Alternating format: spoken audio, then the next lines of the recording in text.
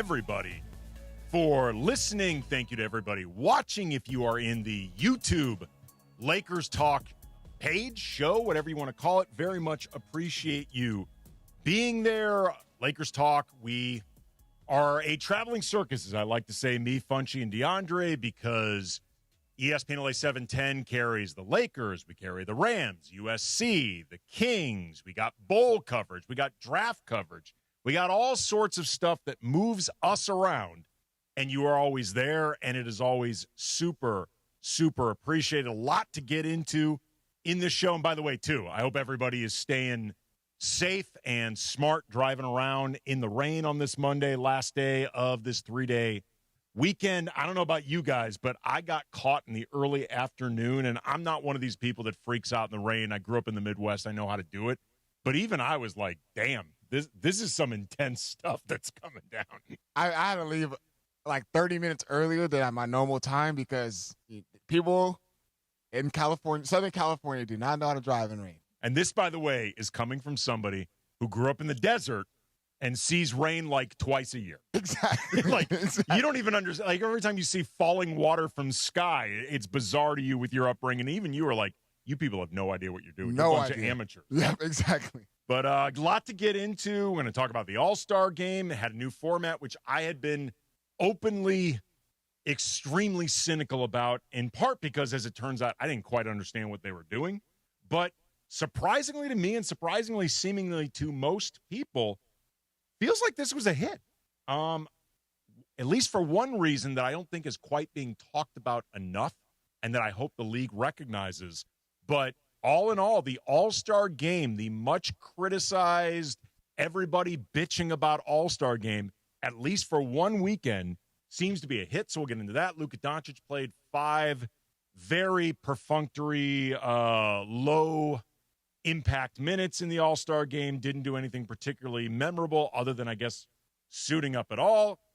It had been in question whether or not he would participate, and afterwards he said that his calf felt fine, but there was no commitment, like no firm commitment, as to whether or not he will be available Friday versus the Clippers, Lakers' first game since the All-Star game. His quote was, "We'll see." I want to talk about that. LeBron was an All-Star game. He was at the All-Star game. Actually had, I think, a pretty good showing on Sunday. I thought LeBron did a good job putting on a show. During his media session, though, he offered no glimpse into his future because, according to him, he doesn't know the answers other than just man wants to live. The man wants to live, guys. That's the only thing he knows about between now and whenever the Lakers season ends. Just wants to live. Everything else, no idea. He's going to figure it out. I'm going to explain why I actually think LeBron is telling the truth here about not knowing. The weekend also included Jackson Hayes in the dunk contest, which DeAndre's stink face right there. Oh, my goodness. Yeah, we'll talk about that. That was just poorly planned by Jackson. And take a look at the final stretch of the season. Lakers got 28 games left. They are currently the 5 seed, but essentially tied with the Wolves, who are at 6. 1 fewer win, 1 fewer loss. So we'll get into all that. Jake Madison, the host of Locked on NBA and Locked on Pelicans, is going to join at 6:30. We're going to talk about his take on the Lakers and the NBA Western Conference at large. Also, some Pelicans that I know a lot of Laker fans are hoping will be available this offseason. Herb Jones, Trey Murphy III. Could the Lakers get one or the other? Maybe both. Definitely going to talk with Jake about that. Plus your calls, 213-799-0139, 213-799-0139 for Lakers talk. But we'll begin with the All-Star game, which had a lot of people complaining about and just tearing apart the league, treating this like players were not showing up amped up to play during the actual NBA playoffs. Like the coverage of the All-Star game over the last few years, you would think was coverage of a war crime or something like that. Like, people have been losing their damn minds over the All-Star game. But I will admit, whatever competitive juice you think had been in there in the past, and I do think people memory hold this as more competitive than it really was, but there's no question the last few years have been much more openly apathetic. Last night was an exception. Hopefully the rule moving forward. But last night, I thought, or yesterday afternoon, really, I should say, because The game was on unusually early, the lead up to NBC's coverage of the Olympics. But I feel like this was a very big, very surprise success. The overall energy level was higher from the players. It felt like everyone was into it more. There was much less indiscriminate jacking up of threes, which I think optically feels just lazier and feels more just like effing around. Like, do I think guys were taking this with true seriousness, true intensity? Like, no. Look at the scores of these quarters. Clearly, this is not NBA level defense, like NBA playoff level defense. But it felt more like a basketball game. Like these quarters, 12-minute quarters between these different teams. You had your U.S. Stars, your U.S. Stripes, and World. It felt much more like an enthusiastic, energy-driven basketball game, which is what people wanted and I think was successful. Another observation, it is increasingly becoming Wemby's league, guys, because he set the tone from the beginning. And like Wemby entered this thing talking about how he wanted it to be serious, he wanted it to be a real game, and whether because the league was being smart and proactive about this or it was just happy accident, Wemby's team went first. And from the opening moment when Wemby threw down a big dunk, then he hit a three, then he had a couple blocks, Wemby took this seriously and created an atmosphere where it's like, if you're not taking it seriously, if you're just screwing around, you're going to look like an a-hole. And you're going to look like an a-hole who's getting shown up. And these guys didn't want to get shown up. So I think Wemby deserves a lot of credit for removing the license to screw around. Then there's this factor that I actually think is most important, and I don't think is getting talked about a lot. The U.S. versus World piece of this for the setup with these three different teams in round-robin competition, I don't know how much that actually mattered or didn't matter. I know heading into this, most people were saying this is totally confusing. It feels contrived. Like when Karl Anthony Towns can be both American or world, depending on the needs of the roster, this all seems like convoluted and manufactured and kind of silly. So I don't know how much that piece of it mattered, didn't matter. I guess maybe we'll know when we hear more comments from players or if they set it up that way again. But once the actual format played out, where you had these squads potentially eliminating each other, which I did not understand was going to be the format because nobody seemed to understand the format heading into this, including the players. Like, forget fans, forget NBA media. Most of the players did not seem to understand what the hell this even was. But once it became your squad can bounce another squad of your peers, that just juices competitive instincts. And it's something similar to what we've seen with the NBA Cup. Like, as much as the money's a factor, guys talk about that, there's something to last man standing. And I think the last man standing piece of this, whether intentional or not, or something that was like the league really figured this would be a piece of it, I think it was. I actually think that played a big role in the vibe of this game because guys do not want to get eliminated. Guys want to be the last man standing. And I think if you put something like that in front of athletes of this caliber who are wired to be this competitive, it's going to get their competitive juices flowing. So that's the piece of this that I think they need to keep. You can divide up the teams however you want, but I think the idea of bouncing someone else, last man standing, keep that. Like, do I really care about the game moving forward? I don't know. I mean, I just want to be entertained. I can't say I care. But, and this is important, if the All-Star game is better moving forward, it is one less thing for people to complain about with the NBA. And the NBA has become the complain about league.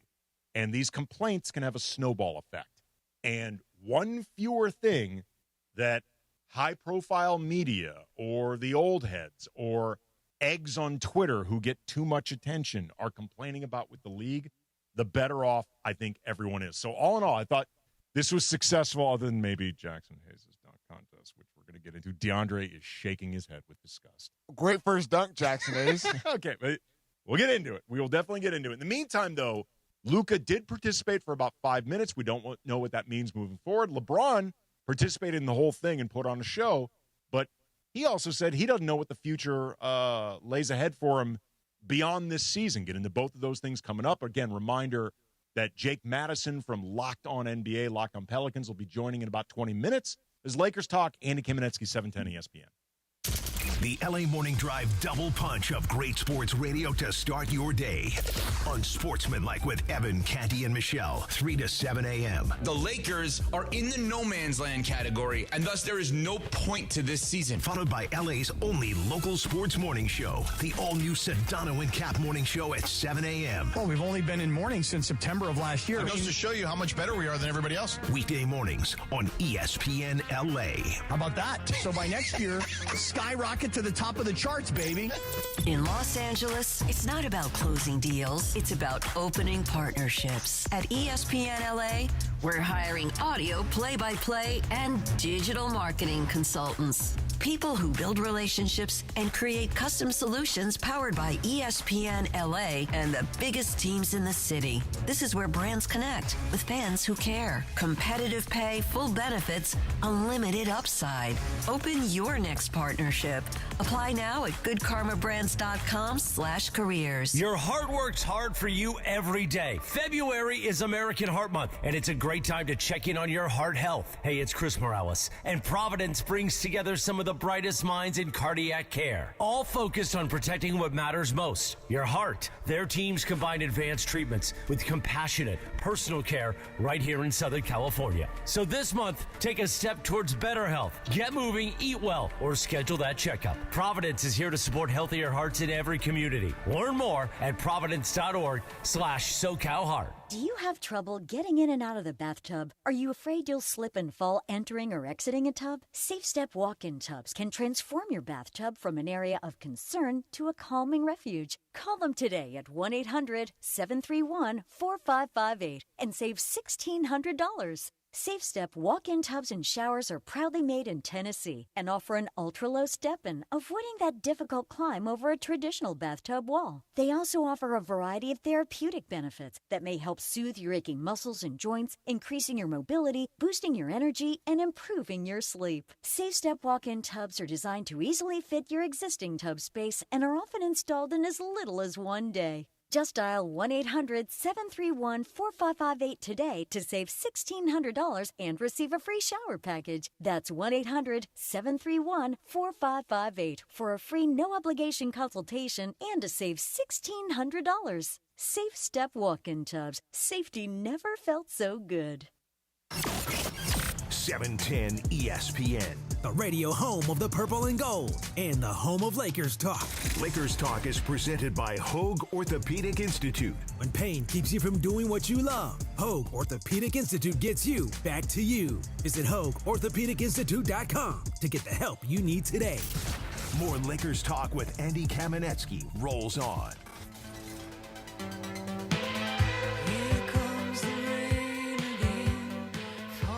I see what you're doing there, DeAndre. This is all Funchy. Funchy gave you the suggestions? He knows nothing about the Eurythmics. You don't know nothing about no Eurythmics? I do not know. Have you ever heard of the Eurythmics? Nope. Have you ever heard of Annie Lennox? No. Okay. Hell no. I'm going to presume then you've never heard of Dave Stewart. The Heard other of Dave guy. Stewart, yeah. You've heard of Dave Stewart? Yeah. No, the musician Not Dave that Stewart. BMX guy. Okay. No. Eurythmics, sweet things are made of these. Yeah, I know that. Okay. Okay. So you've heard that song. This is also them. Here Comes the Rain again. We're doing a rain theme. Again, I hope everybody listening right now, if you are in your car, be safe, be careful. Don't get too frustrated by the people out there that don't know how to drive, because that frustration can sometimes lead to accidents, and you don't want to be that dude out there. A reminder, about 15 or so minutes, going to be joined by Jake Madison from Locked On NBA and Locked On Pelicans. Talk with him about the state of the Lakers, state of the West, also the Pelicans and what they might be doing this offseason, because I know a lot of Laker fans are hoping that a few of their players could be available. Speaking of available and availability, Luka Doncic did play in the All-Star game after missing the previous 4 games with that hamstring issue and played 5 minutes, 2 points, 2 assists, nothing particularly high impact, and then left. It was essentially a cameo. He was asked afterwards about the hamstring, said it felt good, left it open as though whether he would play on Friday versus the Clippers, the Lakers' first game back. His words were, "We'll see." And obviously, Luka is under no obligation to make a commitment on Sunday for a game on Friday, but I'm just going to be honest, man. You guys can weigh in, either 213-799-0139 or also Funchy and DeAndre. He's got to play, man. Like, he's got to play in this game on Friday. It is a bad look, in my opinion. I'm not going to say it's like a criminal look. I'm not like criminal in terms of just massive, egregious violation of NBA good behavior or whatever. I'm not going to say it's anything on that level in the grand scheme of things. If this is the biggest stain on Luka's Laker career, perhaps missing this game on Friday, Laker fans will rejoice. But he's got to play in this game. Like, it's a bad look. I want to make it clear. I doubt if Luka doesn't play on Friday that playing in this game had anything to do with, like, setting him back. I am sure that his rehab is harder than what he did in this game on Friday. What about the workload? Like, it wasn't that much into the All-Star game. I mean, he was in a minutes restriction. He played like 5 minutes. Right, exactly. I doubt one has anything directly to do with the other in terms of if Luka played, that prevented, if Luka played on Sunday, that prevented him from playing on Friday. I doubt it is that. But this is why it's a bad look. If you play in this game on the heels of missing 4 games previously and having the out to not play on Sunday, like the natural out, you have missed 4 games. Nobody expects injured players to play in an All-Star game. That is messaging, I think, the reasonable assumption from fans. Yeah, I'm on the track to playing on Friday. Like, I'm good. I'm good to go. You are creating an expectation, an assumption, if you play on Sunday, that you will be available on Friday. Because as much as Luka may take his All-Star obligation seriously, or being the leading vote getter in the West, or, the fact that he is beloved internationally, the fans in Slovenia, the fans in Spain, obviously Laker fans are worldwide, LA, all of it. Nobody's going to crush the guy for missing the All-Star game if he's been hurt. But if he plays, there is an expectation that you are moving towards being back on the court. And I think it will ultimately irritate and aggravate fans if he's not out there on Friday. Even if, again, I doubt one prevented the other. It's just bizarre that you would be out there at all on Sunday if you're not pretty sure you can play on Friday. I just feel like it would be different if he was out there in the All-Star game. He was played a whole 12 minutes. Right. I feel like that'll be a different perspective going into Friday's game. I understand the second half of the season is very, very important for the Lakers as far as getting guys healthy and actually being, Austin, Luka, and LeBron on the court at the same time, because we haven't really seen that sample size. We're going to talk about that. But I just feel like if he does sit out, me personally, I'm not sitting there like, oh, you have to play in this game. This is a must. Right. Like, it's okay. Like, one more game, and then you head into against the Boston Celtics that they got coming up, a bigger competition. I'm not saying the Clippers have been playing good basketball. Every game in the second half matters, but it shouldn't be too worried. It's not even a question of being worried about it. I just wouldn't, if I were Luka, like in ways that I don't think benefit Luka, I would not proactively create any type of impression that I will be available on Friday, because that's the natural assumption. Because, again, nobody would have killed Luka for not playing in this game. And I think you're correct. In the grand scheme of the next 28 games, if the Lakers season is going to live or die by Luka participating on Friday, the season's dead. We just don't want to admit it. We just don't want to talk about it. But I think Luka will have done himself optically a disservice if he doesn't play on Friday, having played on Sunday, just because you are setting up an expectation. But if fans disagree, 213-799-0139, 213-799-0139, If you think I am off base on this, if you think I'm making too big of a thing of it, if you think that I am putting words in your mouth, Laker fans, call in 213-799-0139. In the meantime, LeBron played in everything for, I guess they were the Stars. That was like the old-timers team, who, by the way, they played 3 times in a row. Like, how are you setting up the old-timers to play 3 games in a row, potentially?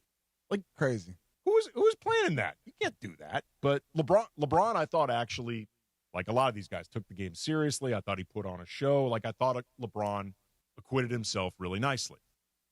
He was asked, though, as of course he was, during his pre-All-Star game media availability, if he knew what he was going to be doing next season. Is this going to be the last season for LeBron? Does he plan on playing next season? This is, what we've all been talking about ad nauseum is what he had to say. Still have the same uncertainty about next year? Do you have an inkling of what you want to do? I want to live. When I know, you guys will know. I don't know. I have no idea. I just want to live. That's all. Let the man live, people. Let the man live. That's the only thing he knows, DeAndre, between now and however much longer this season lasts. And he said also, like, right now, it ain't about him.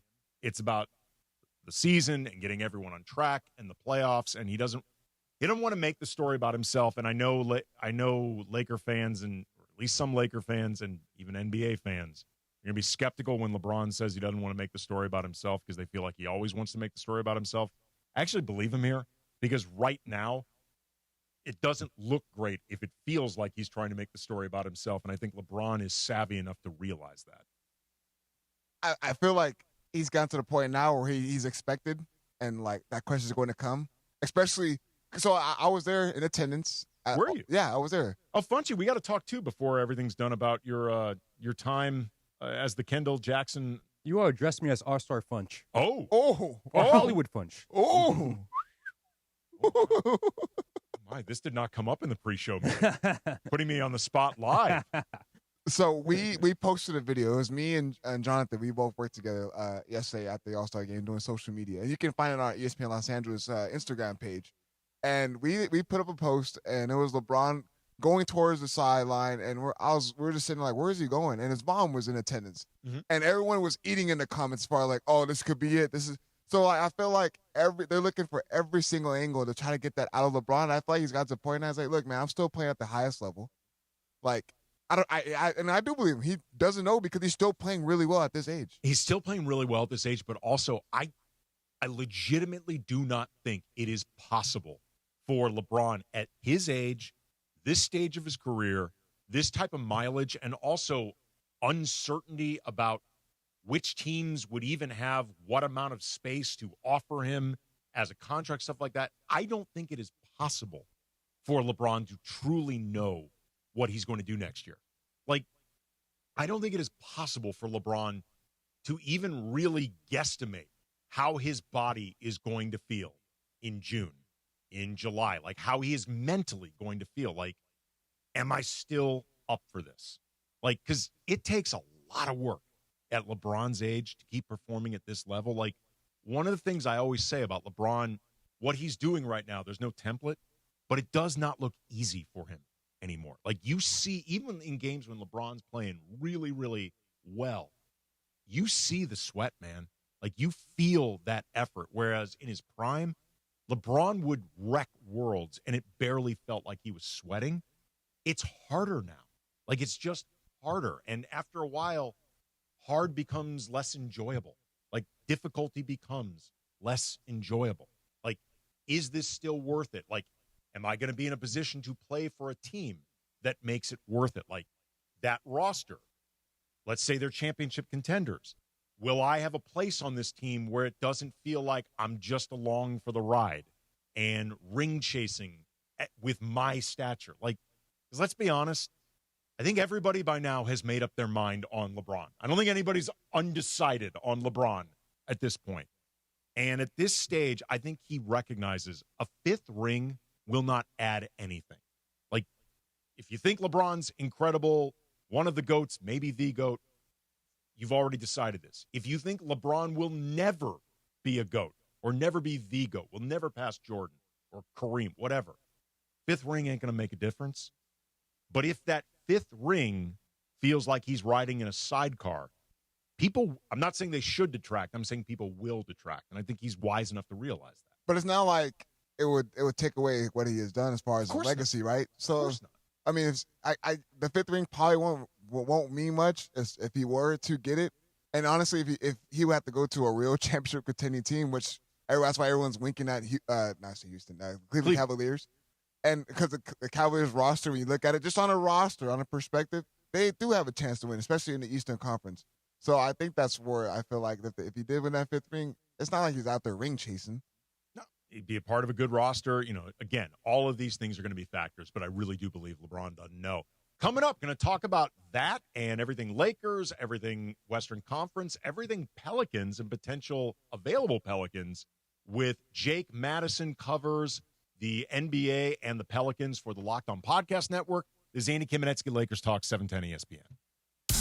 You never know what you're going to get when you wake up with Sedano and Cap. Bubba. Good gum. Let's cut that up. I like the one with that comes like a baseball, like a little patch. And Big League Chew? Big League Chew.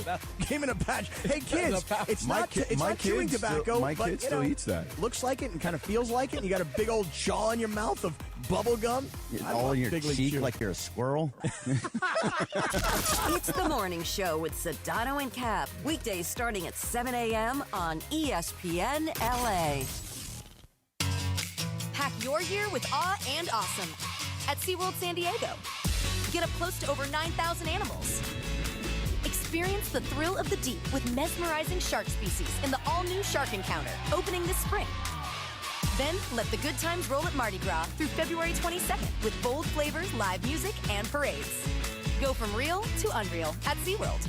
Get passes for as low as $13 a month. Hurry, offer ends soon. Restrictions may apply. ESPN LA family, on personal injury attorney Joseph S. Normand. 2026 marks 15 years that you've trusted me to represent you. When you're hurt and down, I'm honored to fight for you in personal injury cases when it matters most. Numbers don't lie. I'm the real deal. The voice you hear is a voice you get. If you've been injured in an accident, call 213-747-1234, 213-747-1234, or visit normandlegal.com. Normand Legal, built on trust, proven by results. Get in the zone, AutoZone. Jeff's day is off to a slow start. So he heads to AutoZone, America's #1 battery destination, where Sammy, a local AutoZoner, tests his battery for free. Looks like he just needs a charge, and Sammy does that for free too. In no time at all, Jeff is back on the road, ready to finish the day strong. Free battery testing and charging at every store. No hassles, just help. Get in the zone, AutoZone. Restrictions apply. Wesley Financial Group is not a law firm, and Chuck McDowell definitely not an attorney. This is Chuck. If someone talked you into buying something really silly and you want to get out of that silly little thing, my advice, get the facts. Call me and I'll send you our timeshare exit kit absolutely free. Inside, you'll learn how timeshare works and all your options for cancellation. Call Wesley now for your free exit info kit. 800-317-2277. That's 800-317-2277. A new edition of Lakers Talk is on with Andy Kamenetzy. Lakers Talk is presented by Hoag Orthopedic Institute. When pain keeps you from doing what you love, Hoag Orthopedic Institute gets you back to you. Visit HoagOrthopedicInstitute.com to get the help you need today. More Lakers Talk with Andy Kamenetzy rolls on. Lakers Talk, Andy Kamenetzy, ESPN LA 710. Really excited to be joined by Jake Madison. He is the host of both Locked On Pelicans and Locked On NBA for the Locked On Podcast Network. You can follow him on Twitter at NOLA. Jake, how are you, man? I'm doing well. It's Mardi Gras here in New Orleans. I'm happy. This is fun. So it's a great week. Well, you can reach out to me later in the week, and I will let you know how this conversation went, because if it's Mardi Gras week, you may not even remember doing it now. See what happens in 24 hours. I don't know how much pre-partying you did for Mardi Gras, and you know what? That is none of my business. You're off the clock helping me. I'm actually the one working. But the All-Star break is now done. The Lakers have 28 games left to play. What are your biggest takeaways of the Lakers to this point in the season? I mean, that team just what are you going to get out of LeBron James and Luka Doncic combined going into the postseason, right? We know how great each one of those guys individually is, but we've seen injuries to kind of both of them at times. They can carry you pretty far, and you're going to need that to go anywhere in the first place. So if they're both kind of at their peak, at their best going into the postseason, you feel good enough about the Lakers' chances. You might not feel incredible about it, but then it becomes about what's everyone else going to kind of bring to the table, right? And they were a team that had a lot of talk about what might they do at the trade deadline, how might they try and upgrade. And, nothing huge came together due to lack of picks and other reasons. So, two players could take you pretty far, I think, but is it going to be enough in a Western Conference where you look at someone like the Thunder and they're pretty stacked and they're very deep? If Denver gets healthy, I think they end up kind of looking like a deep team. That's a big if, I think, with them too. And then you just have the size and everything going on over with the San Antonio Spurs. So it kind of leaves the Lakers outside of that like title contention window to me, I think, compared to some of the other teams in the Western Conference. What do you think is realistic when you're talking about LeBron in the playoffs and what he can do? Because the expectations, I think, are pretty obvious for Luka, and I think pretty fair for Luka. LeBron, 41 years old, season 23. What are you looking for in terms of realistic prism to view through with LeBron? Yeah, it's difficult, right? Because he's LeBron James. I want to be like, dude, just go lead the team to another title. And no, that's actually not realistic. You make a great point about that, where for Luka, it's you need to be the best player on the team and carry them, right? I think when we're looking at if and when the Lakers lose in the playoffs, it can't be that Luka failed. The conversation needs to be that other guys failed him in a sense that he played outstanding. And now they clearly know what direction they need to go in the off season with it. LeBron needs to be part of that, right? He needs to be it's tough. I'm thinking about it with you. That's a really good question. And I'm struggling to come up with an answer to it all. He's LeBron, right? He still seems invincible, but he's clearly a step slightly slower than he's been. So you need to kind of be that complementary player that has moments where he's going to need to step up, right? There's going to be in a 7-game series moments when Luka is almost game planned out to a degree, right? You need your other guys to rise to the occasion. Look at the Denver Nuggets this year with Jamal Murray making his first All-Star game and kind of rising up where Jokic has been injured and they've been injured, and that dude's just got to be there and ready to go. LeBron being kind of the second guy on the team, I think, can put him in position to have those moments. He doesn't need to do it on a game-to-game basis. Can he do it twice in a 7-game series? And that might be enough for them to win a series or two in the postseason, I think. So LeBron's kind of on standby. Let's call it that, standby to be the best player. Is that a good way to put it, maybe? It'll be, like a lot of things with LeBron, there is no template. And because of that, there's no easy comp that you can look back on and point to. We're talking with Jake Madison, host of Locked On Pelicans and Locked On NBA for the Locked On Podcast Network. You can follow him on Twitter at NOLA Jake, Andy Kamenetzy. Lakers Talk, 710 ESPN. The Lakers are hoping to get Luka back Friday for a game against the Clippers. If that's the case, then it'll be just the 11th game that Luka, LeBron, and Austin Reeves, who, for what it's worth, I actually think is the guy that needs to be the second best player for this team. That's fair.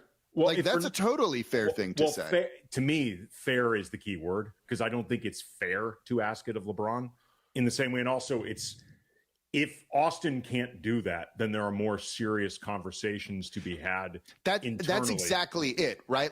If he steps up and is the second best guy going in the playoffs here, you feel really good about the direction of the team, right? It's getting those foundational pieces in place and knowing that they're foundational pieces and trusting that they're foundational pieces. I was just on a show talking about the Orlando Magic, right? And it's is Banchero actually a foundational piece, even though they're treating him like one?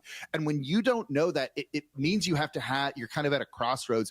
You don't want to be at a crossroads. You want to know where you're going and on the path to that. And so if Austin Reeves really delivers in the postseason like a number 2, you feel good about the direction of that sort of thing.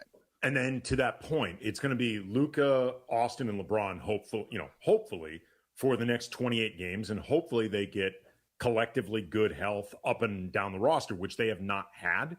And to this point, the Lakers have had Luka, Austin, and LeBron in the same game 10 times this year.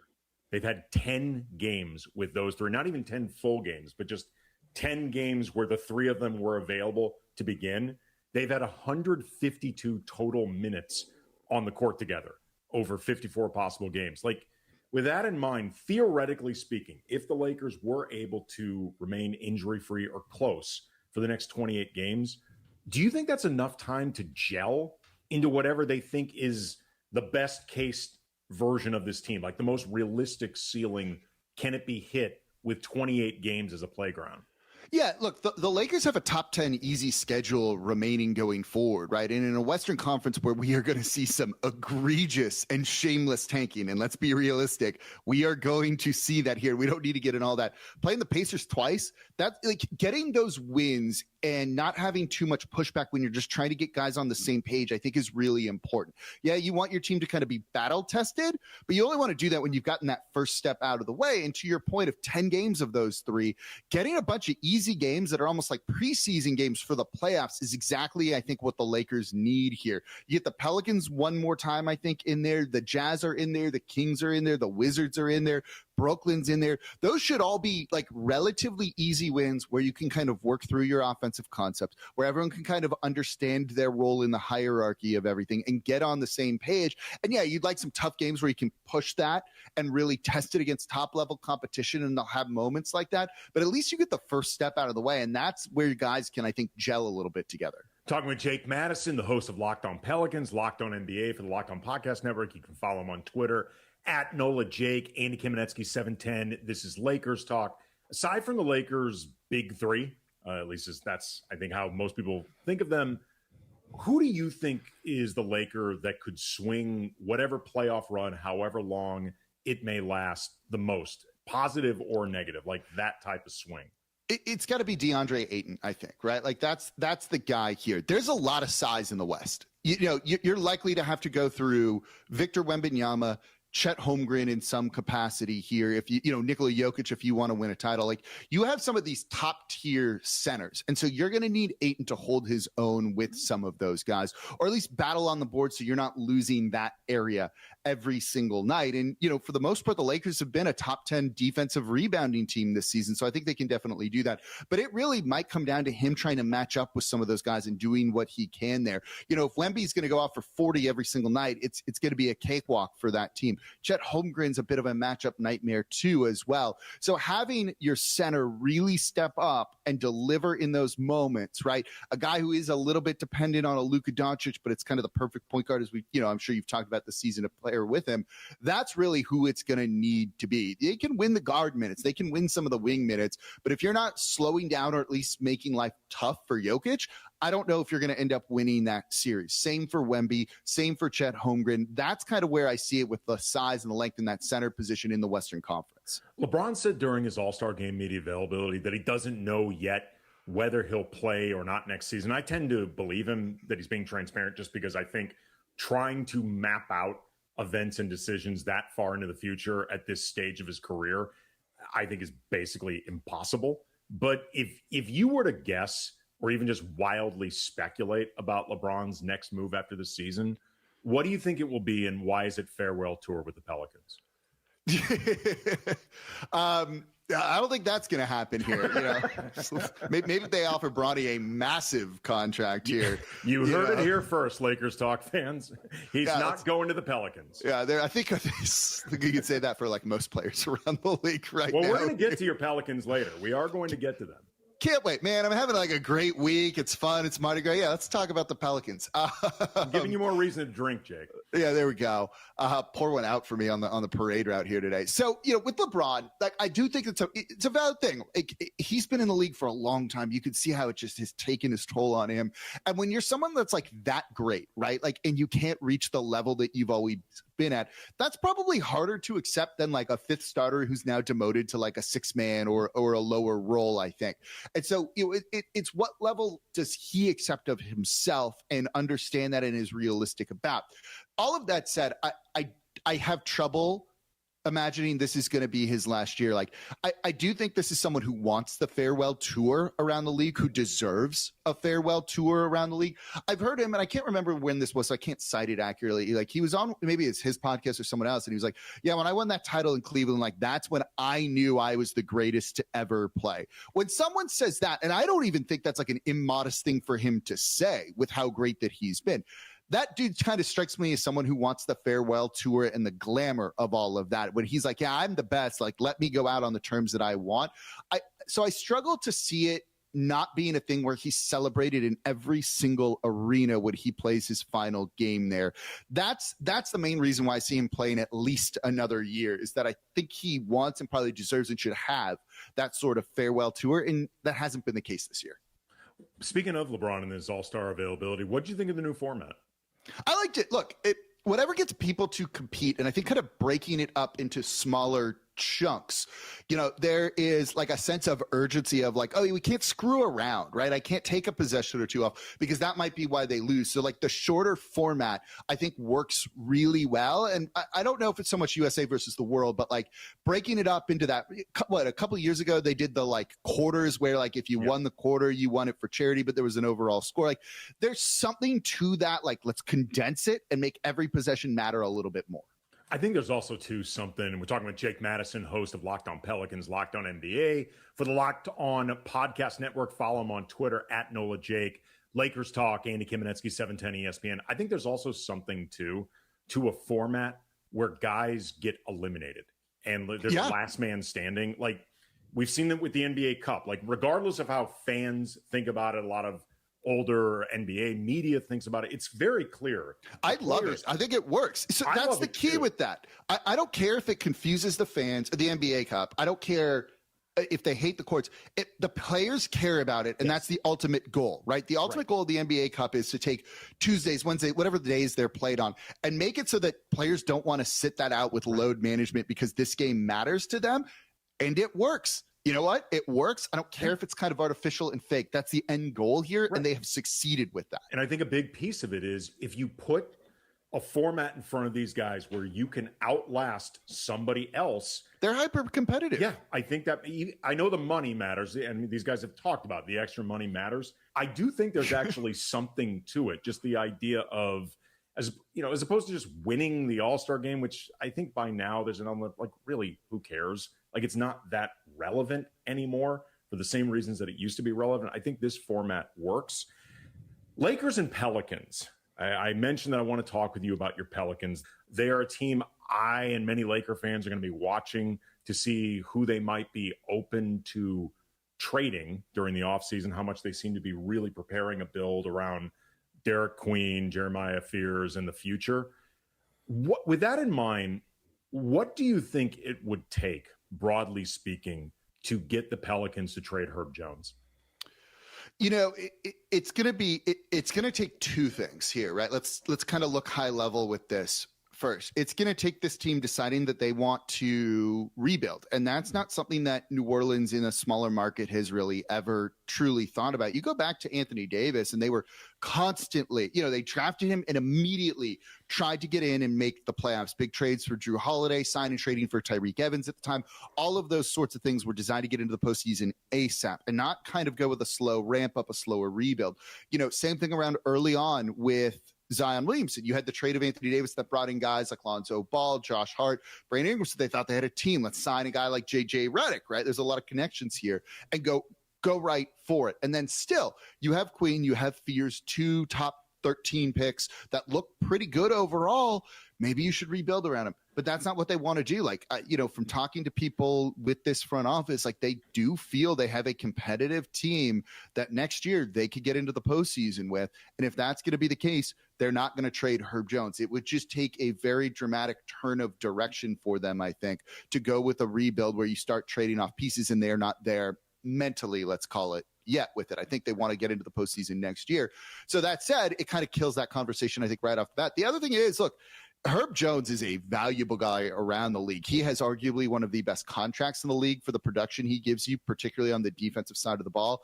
You're looking at an interesting young player. I won't say a good young player, but someone who could be good is kind of interesting, and probably 2 first-round picks. I think that's the minimum they're going to look at for someone like that. And I think there easily could be a bidding war for that type of guy because every contender could use a Herb Jones on their team.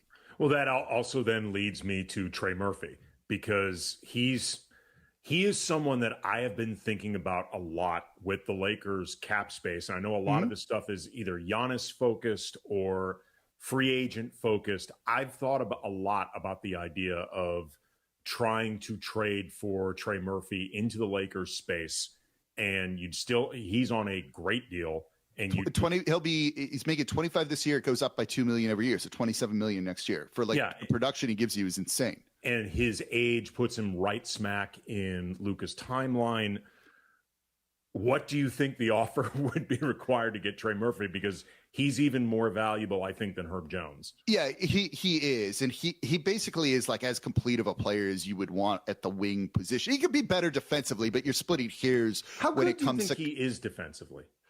I think he's fine. I think he's slightly above average. I don't think he's a good defender. I think he has more of a reputation as a good defender. He's tall, right? Like he has the athleticism to be a good defender, but he does so much offensively. I think it's, at times you can kind of pick and choose. You want to be good. You want him to be good on offense or defense. Like you got to kind of select that. So the foundation, hypothetically speaking, if Trey Murphy was on a team with offensive weapons, like just pulling names out of my ass, Luka Doncic and Austin Reeves, there might be, I mean, again, just totally random examples.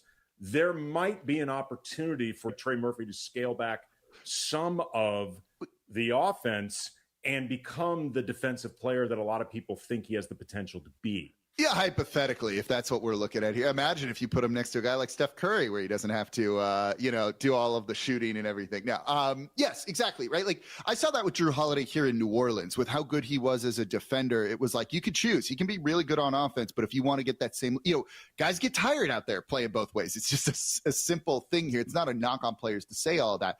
When you look at what he does offensively, right, if we're looking at him in the context of the Lakers, he slots in with almost every team. Yeah. I think he slots in particularly well with a team like the Los Angeles Lakers. If you were to pair him with an elite lead guard like Luka Doncic, his shooting, as massive of a threat he is, and he's been the best shooter in the league, in my opinion, in 2026, so about a month and a half, the court spacing is going to be insane there. And then when teams cue in on Luka, trying to get to the rim or things like that, you've seen how good he is as a cutter baseline.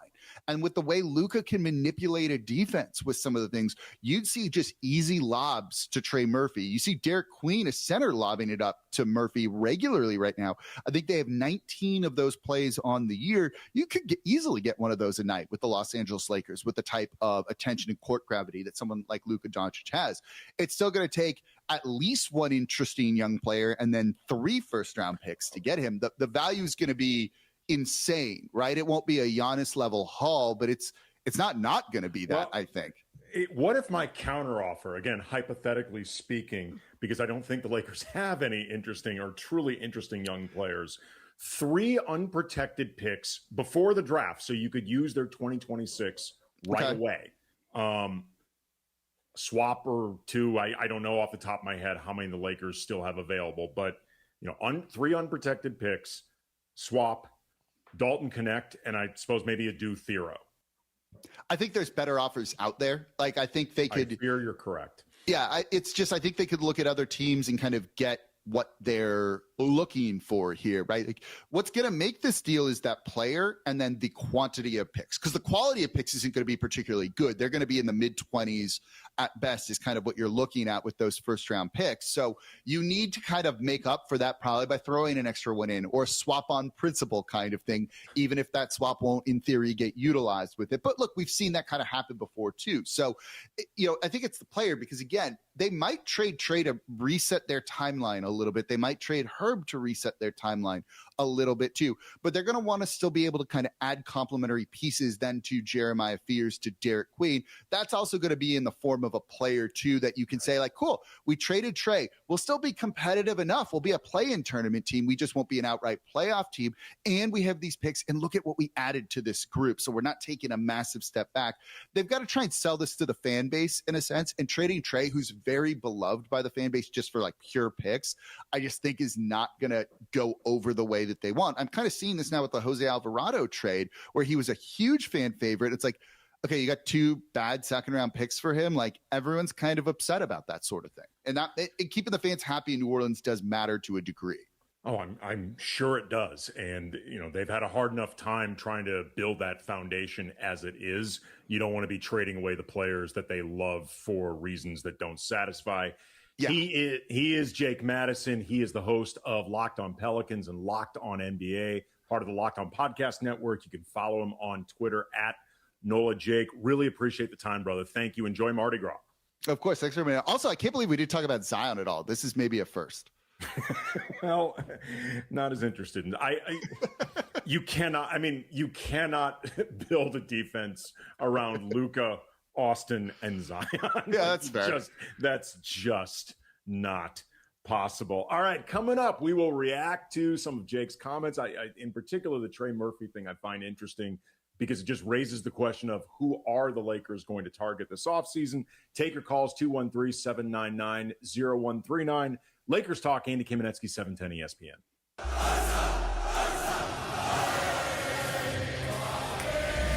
The rivalry that shaped football. The players who defined an era. Ronaldinho, Saviola, Rafa Marquez, Figo, Guti, Marcelo. Watch the Legends series. FC Barcelona Legends versus Real Madrid Leyendas. Live in LA on February 22nd at BMO Stadium. Tickets start at $35. New sections now open. Get your tickets at wearehouseofheroes.com. ESPN LA is live at the Genesis Invitational. Join us Friday, February 20th as our afternoon show broadcasts from 2 to 5:30 p.m. Next to the ESPN LA broadcast near the 8th fairway, visit the Travis Matthew Retail Trailer to shop men's and women's apparel made for the course and beyond. Plus a limited edition Los Angeles collection with 100% of proceeds benefiting the Los Angeles Fire Department Foundation. And if you're not in Riviera, be sure to check out the brand at travismatthew.com. This is Lakers Talk with Andy Kamenetzy. Lakers Talk is presented by Hoag Orthopedic Institute. When pain keeps you from doing what you love, Hoag Orthopedic Institute gets you back to you. Visit HoagOrthopedicInstitute.com to get the help you need today. Now back to Lakers Talk with Andy Kamenetzy.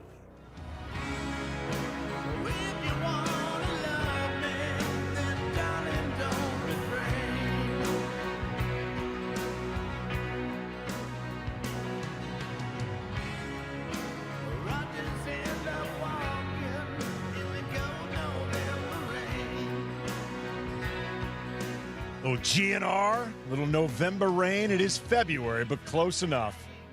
Hope everyone. Remember the video was like 10 minutes long? Oh, this was epic. Yes. This was a story being told with Axel's then lady, Stephanie Seymour. Yes. Oh, there was a lot going on. There was a wedding. You had Slash playing. You guys actually watched the whole 10 minutes of the music man. video? You don't know. Of the music video? Back in the day, videos like this, the epic videos, particularly GNR, because GNR were known for these big epic videos. Big budget videos, yes. Oh, you sat down and you watched the whole thing. Really?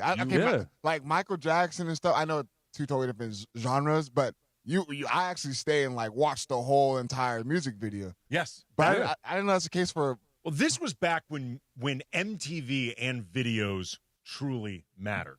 Before they had been damaged by our modern world, and, they were injured. They should have called the Lakers Talk Injury Hotline. The Lakers Talk Injury Report. It's brought to you by the Call Jacob Injury Hotline, the only number LA trusts after an accident. MTV should have called. 800-345-6789. 800-345-6789. The Call Jacob Injury Hotline. Injury to Jackson Hayes' reputation as a dunker this weekend? That dunk contest, the hell was that, man? Big guys don't do really well in this dunk contest. I don't understand. Hold on. You said big guys don't do well in the dunk contest? They don't. Do we now remember Dwight Howard? Do we now remember JaVale McGee? Come on, man. JaVale got robbed the year he did his at Staples Center. That was the year that Blake jumped over the Kia in a contest that happened, in an event that happened to be sponsored by Kia. I'm not saying it was rigged. I'm just saying there was no way in hell Blake Griffin, unless Blake Griffin tripped over the car and ended up bloody, there's no way in hell that Blake Griffin was losing that. JaVale McGee's dunks were insane. They were some of the most insane stuff I've ever seen. The problem for Jackson was not that he was a big guy. The problem was his first dunk, he clearly, during the approach, was like, uh-oh, this is not going well. And I guess he forgot that you're allowed to bail out. Because instead of just bailing out, because, you don't have to throw down that first attempt, he just threw down like a dunk. Like just like a garden variety dunk. I mean, is that a good description of it, DeAndre? Oh, it literally is I think that's what it is. A great description. But I'm just trying to figure out why Funch is hating on the big man participating in dunk contest. You don't like JaVale McGee dunking two basketballs? They just don't win. He had two. JaVale dunked on 2 backboards. He also had the 3-ball dunk. That I remember watching this going like, what the hell did he just do? Exactly. Like, I don't understand what he just did. Like, the degree of difficulty of, they were not understood. Just like Dwight. Remember Dwight's sticker dunk? That was amazing. And nobody... Didn't Dwight dunk on a 12-foot rim? Yes. Okay. I remember Dwight was pointing the sticker like, guys, look how high I got. And, like, nobody understood it. Like, the big guys made their dunks almost too artsy. But, like, JaVale's second dunk was good enough. And I think he actually got a pretty good score on it. But the first dunk, I think if there hadn't been, like, a bare minimum that you have to give guys, he would have gone lower. Because you could see all the judges were like, wait, what did he just do? Isn't it injustice in a dunk contest? You got to come out with your best dunk for the first dunk to kind of just stay in it. Well, this wasn't even your best one. I know, that's what I'm saying, though. But this was just do something other than what feels like the way you would dunk in the first quarter of a Tuesday night game. Like, I honestly think JaVale forgot the rules and thought that he had to do something. Jackson. I think Jackson thought, well, I'm halfway through. I got to finish this thing as opposed to just stopping. I honestly, the dunk contest in general, like, yeah, Jackson Hayes had that dunk. It was a basic, regular in-game dunk. But Jace Richardson trying to do that 360, he almost hurt himself. He almost died. Like, Jace Richardson almost died in this thing. Yeah. Then you got, I always butcher his name. Is it Keshad? Yeah, Keshad. We butcher his name too. Yeah, Keshad Johnson. And it's like, dancing, he danced the whole time. I know, just dancing. Just dancing. Just brought out E40 and he danced. I love the energy, but it's like, I want the energy more towards a gifted dunk. I need something different. Where have you gone, Mac McClung? Oh, man. There's a video out there of, like, dunks that he would have done in the contest if he would have been in the contest. He's got the league scurred. Mac McClung, former Laker. Lakers Talk Injury Report brought to you by the Call Jacob Injury Hotline, the only number LA trusts after an accident or car crash like Jackson's dunks. 800-345-6789. Again, 800-345-6789. Coming up next, we're going to talk a little tanking. Adam Silver shared some thoughts during All-Star Weekend about rampant tanking. We're going to talk about what's going on. Also, take your calls, 213-799-0139. Mitch Solomon, I see you holding. We will get to you next. Lakers Talk, Andy Kamenetzy, 710 ESPN. ESPN LA is live at the Genesis Invitational. Join us Friday, February 20th as our afternoon show broadcasts from 2 to 5:30 p.m. Next to the ESPN LA broadcast near the 8th fairway, visit the Travis Matthew Retail Trailer to shop men's and women's apparel made for the course and beyond. Plus a limited edition Los Angeles collection with 100% of proceeds benefiting the Los Angeles Fire Department Foundation. And if you're not in Riviera, be sure to check out the brand at travismatthew.com. In Los Angeles, business is personal. It's built on trust, shared goals, and showing up where fans live and listen. At ESPN LA, we don't just close business, we open partnerships. We're hiring audio, play-by-play, and digital marketing consultants, local experts who know how to connect brands through ESPN LA's talent, digital platforms, events, and the power of Lakers, USC, Rams, Kings, Angels, and LAFC play-by-play. This role is about listening first, creating custom solutions, and building long-term relationships with businesses across one of the most iconic sports markets in the world. If you are driven, collaborative, and ready to represent the best brands in sports, this is your opportunity. Competitive pay, full benefits, real growth. Open your next partnership with ESPN LA. Apply today at goodkarmabrands.com/careers. goodkarmabrands.com/careers. we're definitely going to be late for kickoff. We should be at the game by now. I'm just taking a little detour. I've got to fill up my gas tank, and I know this place a couple of towns over where the gas is cheaper. Are you serious? We missed tailgating because you're driving out of the way for cheaper gas. Just use Upside. What's Upside? Upside is the free cashback app that gets you real cash back for every gallon of gas you buy. Wait, I can get cash back just for buying the gas I need anyway? Yes, I use it all the time, and I made around $200. Now pull over so you can download the Upside app before we miss the whole first quarter. Football fans, download the free Upside app now to earn cash back every time you buy gas. Use promo code FANS to get an extra 25 cents per gallon on your first tank. You can cash out anytime, right to your bank, PayPal, or as a gift card for Amazon and other brands. Just download the free Upside app and use promo code FANS for a 25 cents per gallon bonus on your first tank. That's code FANS for a 25 cents per gallon bonus. That's code FANS. The home of USC football, and now the home of the Rich Eisen Show. Weekdays 9 a.m. to noon, KSPN Los Angeles, a Good Karma Brands radio station. This is Lakers Talk on 710 ESPN. Where Lakers fans tap in for all the latest surrounding the purple and gold. Lakers Talk is presented by Hoag Orthopedic Institute. When pain keeps you from doing what you love, Hoag Orthopedic Institute gets you back to you. Visit HoagOrthopedicInstitute.com to get the help you need today. An all-new edition of Lakers Talk is on. Here's Andy Kamenetzy.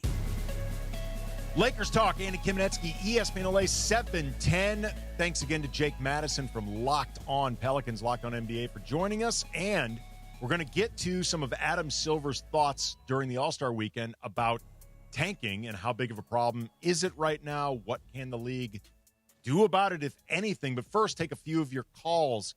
Mitch, my dude Mitch in New Jersey. You're on Lakers Talk. What's up, Mitch? What's popping? Hey. What's popping, EK? Hey. Guys. Yeah, well, we got snow. It's melting. But I'd rather have the rain than snow. So you're lucky. Well, thank you. I thought maybe Silver was going to solve this tanking issue. It's just chit-chat, It does do. How about this idea for tanking? How about the plays, best record gets the top pick, or the teams that make the playoffs get the top 15 and just one ping-pong ball? I think the best one I heard was one ping-pong ball for every team, and you just spin it, and wherever it turns, wherever it goes, it goes. But to me, I think the NFL has the best system.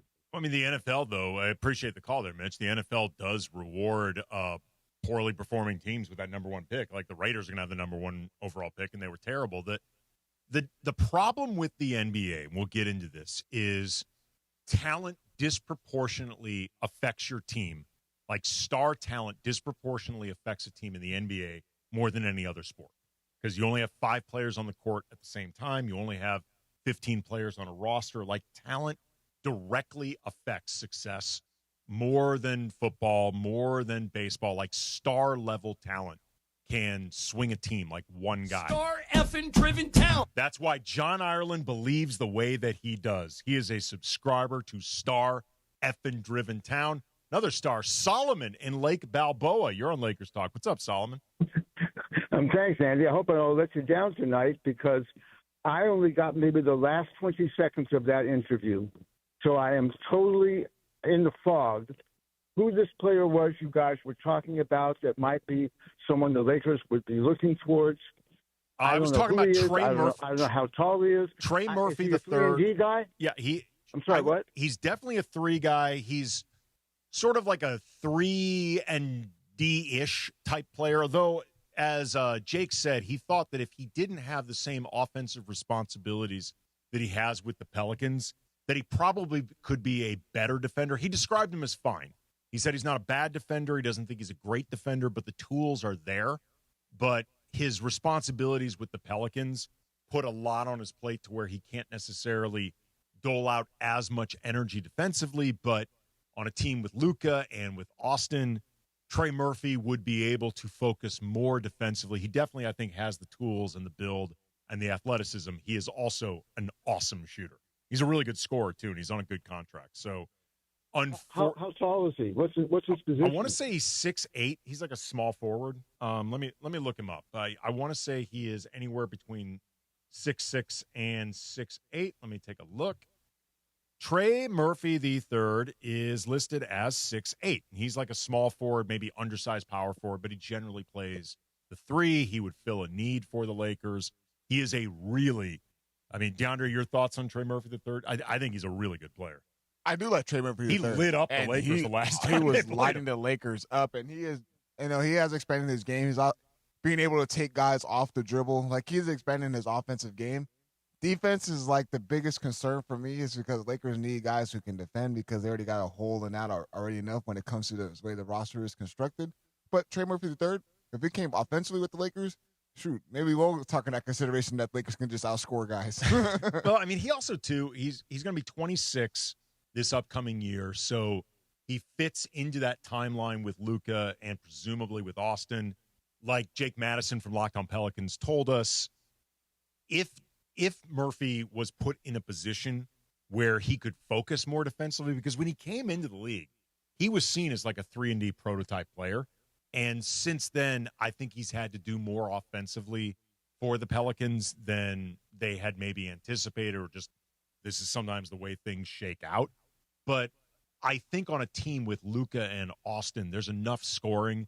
You put some other shooters out there, like, he may not be a true 3-and-D, like elite 3-and-D type guy. Like, he's not Lou Dort, but he's a better overall scorer than Lou. And I think I would be super interested in Trey Murphy were he available. I'm just not convinced that he will be. The Lakers, though, are not going to be in a position to tank for Trey Murphy.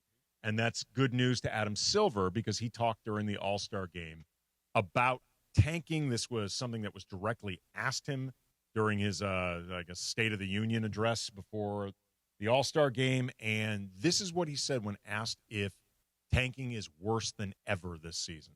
Are we seeing behavior that is worse this year than we've seen in recent memory? Yes, is my view, and which was what led to those fines, and not just those fines, but to my statement that we're going to be looking more closely at the totality of all the circumstances this season in terms of teams' behavior, and very intentionally wanted teams to be on notice. And there is a bit of a note when you see it quality to this. We spend a lot of time at the league office going back and forth with teams on injury reports, on coaches' decisions. It's not a position necessarily we want to be in, but I'd say also, to address your question, it's not what the fans want at the end of the day, although my caveat is, and this is where teams are in a difficult place, many of you in this room have written, and understandably, about our teams, that the worst place to be, for example, is to be a middle-of-the-road team, either be great or be bad, because then that will help you with the draft. And so in many cases, you have fans of those teams, maybe it's not what they want to pay for to see poor performance on the floor, but they're actually rooting for their teams in some cases to be bad, to improve their draft chances. I think it should be stated from the top, I think this year is an unusually high convergence of teams that are really actively trying to keep lottery picks in a way that I'm not sure is going to be common moving forward. Like, this is you've got like the Bucks, who get to keep the less favorable between their own or a Pelicans 2026 pick. So they've got incentive to try to make, if nothing else, the picks as close as possible. Memphis Grizzlies get to keep their own pick, and they're starting a rebuild. Dallas Mavericks own their own first. And for the first time in a while, like coming up the next several seasons, they do not completely own their first-round picks, and they are rebuilding now. They're in a full-on rebuild around Cooper Flagg. They need a first-round pick. The Nets, they own their first, and frankly, they can't win even if they're trying. The Nets are just that awful. It's impossible for them to tank, because it's really impossible for them to control it in the first place. The Wizards have a top 8 protected team. The Pacers, after the Ivica Zubats pick, their 2026 is either top 4 protected or top 10 through 30. So they are trying to avoid falling between 5 and 9. But if it's 1 through 4 or 10 through 30, they get to keep that. And Sacramento owns their own first. And Sacramento, by the way, is a team that should piss off the league even more, because they're in this position because they're just idiots and they're constantly making stupid decisions. But coming up, though, I want to continue talking about tanking, and why I think this is a bigger problem for the league to solve, because there is one piece of this that not only do I think the league can't solve or can't entirely solve, I actually think there's some stuff going on that's actively going to make it worse. Explain that coming up. Also, 213-799-0139 if you want to weigh in on the tanking issue or anything else, Lakers-related, NBA-related, whatever, 213-799-0139. This is Lakers Talk. Andy Kamenetzy, 710 ESPN. It's DeMarco Farr and Travis Rogers for your afternoon drive. I was a Bad Bunny fan when he started, and he actually came out with Shakira at the halftime when Shakira did it with J-Lo. So Did you say Shakira? Yes, Shakira. Slow it down for the uninitiated. Thank you. Shakira. She's gorgeous. Hips don't lie. No. She's gorgeous. Huge fan. Hips don't lie. She is gorgeous. Huge fan. DeMarco and Travis have taken over Afternoon Drive. Weekdays starting at 3 p.m. on 710 ESPN. Valvoline Instant Oil Change, home of the 15-minute drive-through oil change, is a proud sponsor of your ESPN LA Lakers radio network. For over 30 years, Valvoline Instant Oil Change has provided quick, convenient maintenance services for busy people like you. Oil changes, tire rotations, transmission care, and more. Drive in to your neighborhood Valvoline and let the expert technicians make sure your ride is in peak performance in about 15 minutes. Visit SoCalOilChange.com for locations and game-winning coupons. Hello, it's James Worthy here. Do you manage your body well? I know with all my years of wear and tear, I have to, and I do it with IceBod Active Wearable Cryotherapy. I just put on my compression wear with the pockets that fit rubbery ice-cold gel packs and chill all my problems away. I can wear it under my clothes and go. I'm such a believer of their wearable cryo that I became an owner of the company. Try it, and you will thank me. Get yours at icebodactive.com. If you're tired of hearing scary ads about the IRS, Tax Relief Advocates wants you to know you don't have to be afraid. No matter what challenging life situation you're facing while owing 10 or even hundreds of thousands in back taxes to the IRS, we have a solution. TRA has already negotiated over $1.5 billion in taxes owed by over 180,000 struggling taxpayers since 2017, earning over 1,000 five-star Google reviews and an A+ rating with the Better Business Bureau. Generous tax debt forgiveness programs are currently available that can end your tax nightmare and may reduce or eliminate what you owe the IRS. If you're facing collections or an audit, don't lose hope. Act now to check what tax relief you may qualify for. Simply visit TRA.com or call 800-583-4890. 800-583-4890. Again, that's 800-583-4890. Tax Relief Advocates. Real solutions for real people. 710 ESPN. The radio home of the purple and gold and the home of Lakers Talk. Lakers Talk is presented by Hoag Orthopedic Institute. When pain keeps you from doing what you love, Hoag Orthopedic Institute gets you back to you. Visit HoagOrthopedicInstitute.com to get the help you need today. More Lakers Talk with Andy Kamenetzy rolls on. I can't stand the rain against my window.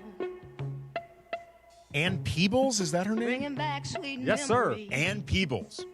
You know about no Ann Peebles, DeAndre? I just know who sampled this. I'm blanking now. Who sampled this? Missy Elliott. Missy. Oh, you're Yeah. right. Was this when she was in the yes, the garbage bag? Yes, the big garbage bag thing. Yes. Man, boom, boom, boom. There was a moment where Missy Elliott owned everything. Yes. Miss Misdemeanor owned everything. She was a hell of a... Now, DeAndre, those were videos that people stopped and watched. Oh, I'm aware. people love them some Missy Elliott videos. Lakers Talk. Andy Kamenetzy, ESPN LA, 710. We were talking before about tanking and the increasing conversation about tanking and the unusual amount of teams this season that appear to be tanking. And Adam Silver acknowledging during All-Star Weekend that it is worse this season than in seasons past, and that the league is looking to do things about this, try to come up with a solution, try to remove the incentives, and that could, by the way, even include eliminating the draft. If I had to guess, it's not going to happen, but Adam Silver seemed to signal that all potential solutions What would are on happen? the table. Like a free agent class or something? Like, what would you do? Well, the incoming players, I guess, would be signed as free agents, and you'd have to have the available cap space. The cap space and everything. Well, but, okay. We're right now in the middle of aspiration season. Yeah. The Clippers dealing with the aspiration scandal, and that obviously is connected to the All-Star Weekend with the Intuit Dome and all that stuff going on. And that is a cap circumvention alleged scandal. As Rob Perez, a lot of NBA fans know him, Worldwide Wob on Twitter, really good NBA content creator and also great NBA Twitter follow. He pointed out, and I had not thought of this, but it's true.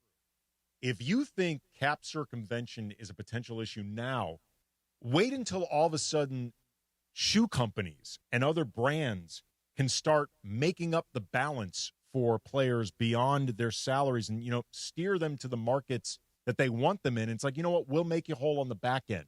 Don't worry about it. Take a discount. Do whatever. Like, if you think the circumvention issues exist now, wait until all of a sudden all these sneaker companies and these different brands that don't have to play by any CBA rules at all, wait until all of a sudden they can potentially add to the money in free agency, like directly add to it. So there's going to be a lot of shoe money out there. Yeah, there's going to be unintended consequences. But this is, I think, the issue. Like, one of the big issues that the league has in this, and they don't want to talk about it, and people don't want to talk about this in general because it sounds impolite, but it is true.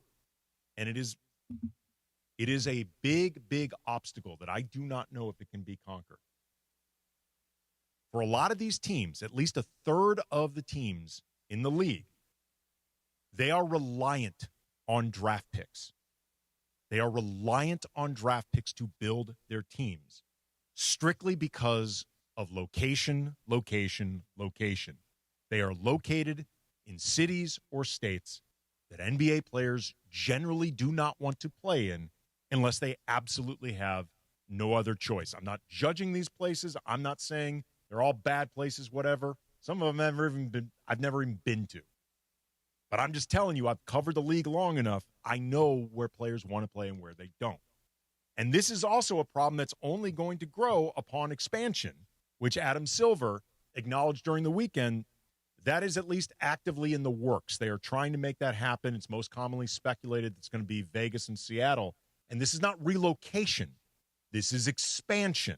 So you're talking about two more teams that will compete with at least a third of the league that is located in locations that players don't want to go to. And I can promise you, more players are going to want to be in Vegas than Salt Lake City. More players are going to want to be in Seattle than Indiana. Like, this is just the truth. Maybe they don't like the rain in Seattle, though. It's dark and gloomy there. I can promise you they like the weather in Seattle more than they like the pick your thing in Indiana or in Milwaukee. Like, this is, or the weather in some of these, like, this is just the truth.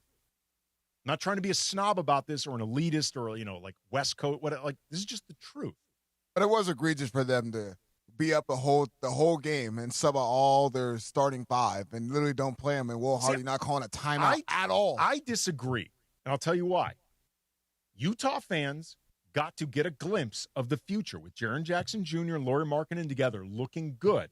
Keontae George and Ace Bailey. Like, you get to see what you're looking forward to, but also you get to preserve that pick, and that pick means more to you as a Jazz fan, like, than a random win in February is ever going to mean. Like, you want to see hope for the future.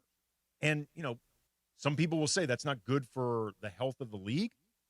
I understand where they're coming from, but I also think you can make an argument that the health of the league is better improved the more good teams you have.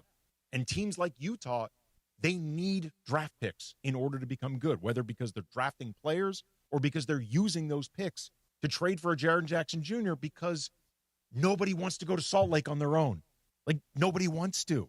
I don't know. Maybe just I'm in the level of competition. You want to be out there playing against the very best, level. Oh, in a perfect world, yeah. And again, like, they were winning the game. You're winning the basketball game. And they legit just subbed them out. He legit subbed them out the whole entire fourth quarter and did not call one single timeout. If that's not egregious enough to say, like, dude, what is then? That is definitely tanking. Oh no, I'm not denying that it's tanking. Of course it's tanking. I get it. I get it in the aspect that you want to try to get the top pick and be in a lottery. lottery. I guess what I'm saying is I think it's necessary. Like, this is the system, and the incentives are there. And for like Milwaukee, Indiana, Utah, like the Wizards, I know they're in DC, but they've not been a popular place to go for free agents in a long time, and they've recently used picks to trade for Trae Young and AD. Like, the Pacers traded picks to get Ivica Zubac. Like, this is what they have to do, man. Like, this is the only way they can become good. So then what's the excuse for the Thunder sitting out eight to nine guys and only having 7 suiting up? I would need to know exactly. It was a second night of a back-to-back. That's like the biggest excuse that's been going on in the league. The second night of back-to-backs and guys sitting out of those back-to-backs. It depends. Again, it depends on which players. Like, I'm not trying to split hairs, but like, sure. I think not all injuries or not all situations are created equally. Like, I know Shea's been legitimately hurt. Jalen Williams has been legitimately hurt. AJ Mitchell, Caruso's always banged up with something. Like, what you're talking about, the idea of willingness, either a willingness by the player, or I think more often the willingness of a team and the medical staff to let guys go through this. And there aren't like a lot of dudes in the league anymore, like Kobe, who would basically be like, I'm making my own unilateral decisions. I dare you to try to bench me. Most of these players will listen to the doctors. I also think most of these owners, when you got guys making 40, 50, 60, approaching $70 million, they're looking at their return on investment coming in the playoffs.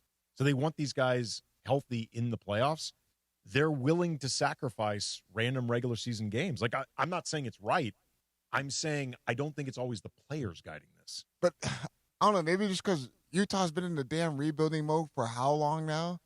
And like, you get a guy like Jaren Jackson. I understand you see what the future looks like. It's very, very promising, especially if they do tend to keep Walker Kessler. Now all of a sudden you got 3. Oh, I think they will keep Walker. They've had so many opportunities to trade him. By now, what would be the point? I mean, but he has an option to be in free agency this summer, so he's going to be a restricted free agent. So I'm just saying if they do plan on, I'd be surprised. Short of an insane offer, I'd be surprised if they didn't match it.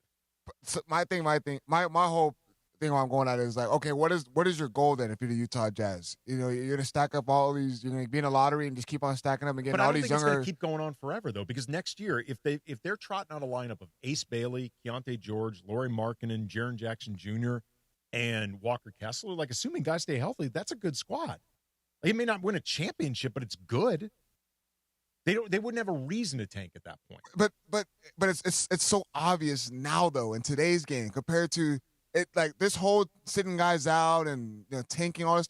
Honestly, the Spurs were they were the grandfather of this whole thing as far as sitting Kawhi Leonard and minutes restriction and all those different types of things. Like the Spurs were the grandfather of doing this whole thing, but it's only gotten worse. It's only gotten worse, and we coming from seeing how it was in the past, like teams aren't just going out there and subbing out guys in the fourth quarter when they're winning games. They're going to go out there, going to finish the game off on a high note. These are two different things, though, that I think you're talking about right now. There's tanking, which sometimes has nothing to do with injury management. It's just we need to keep this pick. Like, in order to actually become good, we need this pick in a way like other teams, the Lakers, for example. They have, in my opinion, they have not done a good enough job valuing their picks and like managing their assets. They've used too many picks to offload bad contracts or get themselves out of mistakes or things like that, and it's left them in a position where all of a sudden they don't have a lot to use in trade. So like it can work in the reverse, but some of these smaller market teams, I don't know what they're going to do with, and I think maybe one of the things you can do, like if the league is looking for some type of approach, maybe eliminate the protections on picks, or you can only do very limited protection, stuff like that, because then it may disincentivize trying so hard to keep a pick if it really won't matter that much for you. I've wondered before about maybe penalizing teams mathematically to some degree, like if depending on when you get eliminated from playoff contention, like the longer you go without being eliminated, the more it can potentially help your odds of winning championships. Maybe you use something like point differential to measure things. Like, I'm trying to think of ways to be competitive. But the Thunder didn't have to do that, like tanking games. They did a few years ago. But they did. But however, they made good transactional moves to acquire those certain types of picks. That's what I'm saying. Like, if you're the Jazz have gotten certain picks and made good transactional moves to help them out. But it didn't take the Thunder to be losing games like that. That is an instance of they've got the best front office in the league, hands down, in my opinion. They're incredibly well run. Like the Spurs are well run. So, like, their tank only takes a couple years, and they did it all largely through the draft. You know, like Wemby and Steph Castle and Dylan Harper or Carter Bryant. Like, they're a playoff team now. Like, they want to be in the playoffs. But Wemby was playing games, though. I know, but besides him having the blood clot. Wemby sat, though, a big portion of one of his seasons. And remember, there was, like, the period where they were playing Jeremy Sohan as a point guard, even though he's like, guys, please stop making me do this. And then that was to lose games. But that's the problem then. Like, you don't need, like, just because they play in basketball games doesn't necessarily mean, like, the Jazz, I understand. Like, they were winning the game. I understand that. But that's ruining the product of the game. Fans are out there to see them play. I understand that they have a promising future. I understand that they're getting all these different types of draft picks to enhance the roster even more. But it just doesn't look good as far as when people go and watch these guys play. Sure. People were sitting there waiting to see what Jaren Jackson Jr. would look like next to Lauri Markkanen, and they only got a small sample size of that. Well, I mean, look, if you're asking me, do the aesthetics suck? My answer is yes. Like, yes, they do.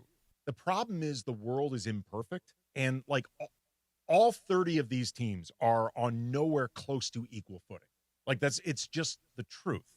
And, you know, what I'm hoping is that the Lakers, under what I think is going to be a better front office under Mark Walter's ownership, they start maximizing all the advantages that come with being the Lakers, like beyond the prestige and the banners and the laundry and location. Like, you've got the best front office. You've got the best analytics department. You've got, like, the best of everything. And they'll make the best decisions with their draft picks, with, like, all of it.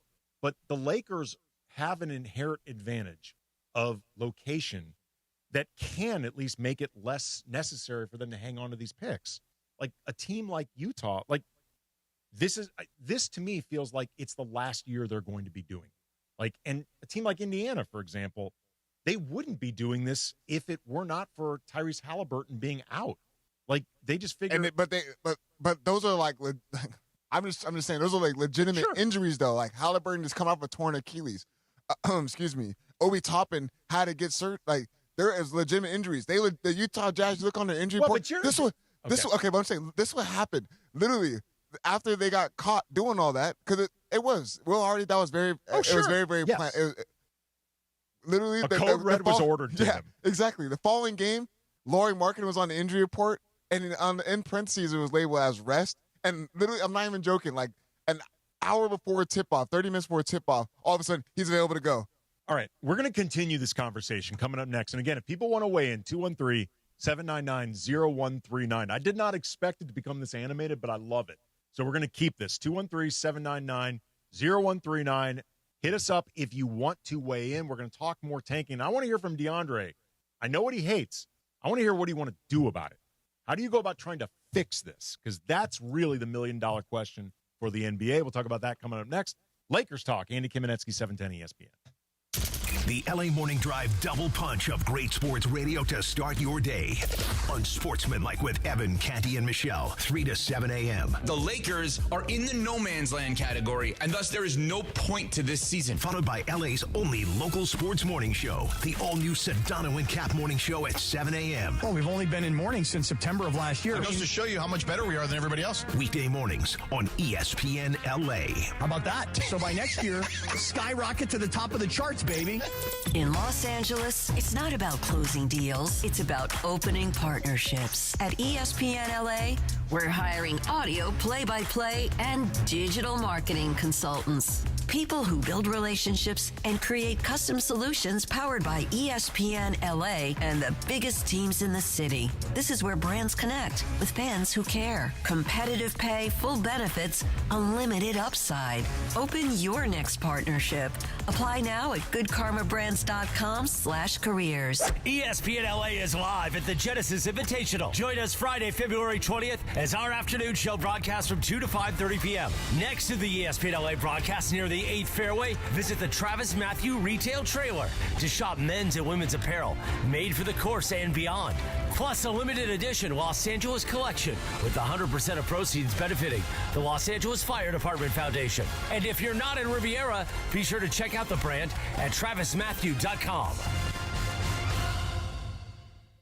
My name is Whitney Allen, and I'm a widow. My husband, Ryan, died. We never thought we'd ever have to use life insurance, but the unexpected happened. With Ethos, signing up was fast and 100% online. You can get a quote in seconds, apply in minutes, and get same-day coverage. No medical exams, and you can get up to $3 million worth of coverage. I'm grateful we were prepared. Get your free quote at ethos.com/game. That's ethos.com/game. Paid spokesperson. Time spent on application may vary. Online health questions required.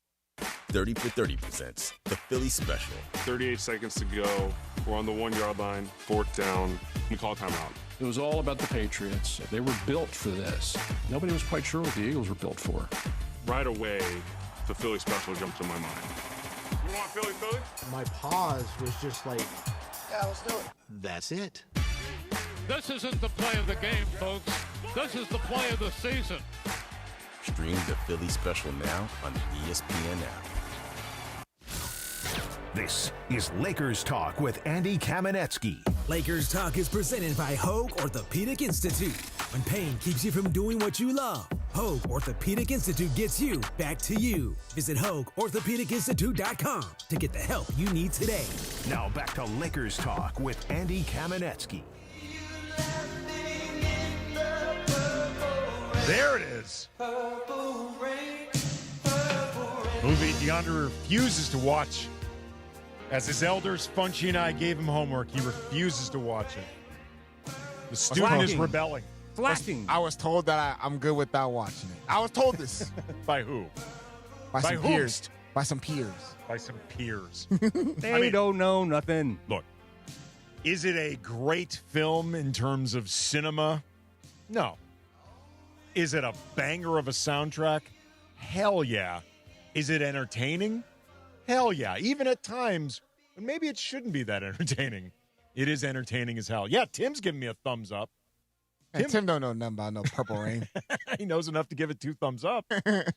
That's what he knows. So, okay, we were talking about the NBA's issue with tanking, and Adam Silver talked about it during the All-Star weekend, and it's become more of a conversation.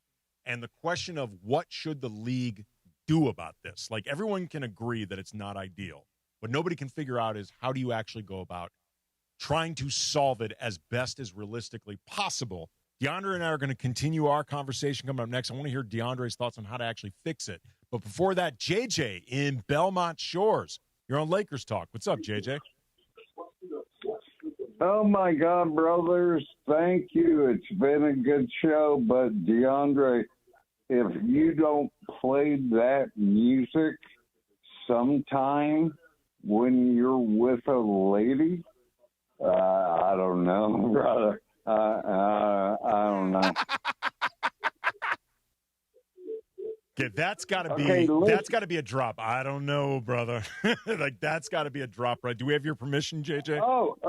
Hey, you, Andy, you know. Okay, I'm just making sure, we've got witnesses now. That is a drop. Okay, brother, listen to me on one thing I want to ask you. Sure. When Anthony got traded to another team from Dallas, he's hurt, right? Yep. Okay, so why didn't we pick up Steven Adams, who's hurt? I don't understand what you're asking. What I'm saying is we need a beast. And I've always said that. Punchy knows that. But Steven Adams wouldn't do them any good this season, though. I don't care. It's next season. You just went out and got a shooter. You're planning for Luka. Steven Adams would be a beast with any big man, even though both aren't good. But for the money, DeAndre is. Well, I appreciate the call there, JJ. I think the Lakers would not want to make that type of trade until they saw Steven Adams back on the court. Hooper's X, my dude, you're on Lakers Talk. What's up, Hooper's X? Hey, guys. Two things. One is, aside from Oklahoma City, which of the perennial lottery teams are even any good at building their teams? Utah's been doing the same thing for 5, 6, 7 years, always talking about some master plan Danny Ainge has, but it never actually pans out into anything. I just don't understand why tanking is even worth it. I can give you examples. The Pacers have done a really good job. They got to the finals last year in the Eastern Conference Finals before that. Tyrese Halliburton got hurt, and I think had he not been hurt, they wouldn't have been looking to do anything other than competing as hard as possible this year. You know, they traded for Zubats, but they're trying to have their cake and eat it too with keeping that pick because, again, for a team like the Pacers, they need that pick if possible, because they don't get free agents. I hate to admit it, but Celtics have done a good job building through the draft. You know, they've done a really good job with it. I don't remember if you mentioned the Spurs or not, but obviously they've done a really, really good job. The Grizzlies did not become as good as I think it was hoped a few years ago, but I think by any realistic measure, they did not do a bad job building through the draft. So those are just some teams off the top of my head. I agree, but I'm talking about the perennial lottery guys. You know, the ones that are always in the lottery, except remove the Mavericks, remove the Spurs, who wind up with world beater guys on their team as the result of winning the lottery or whatever.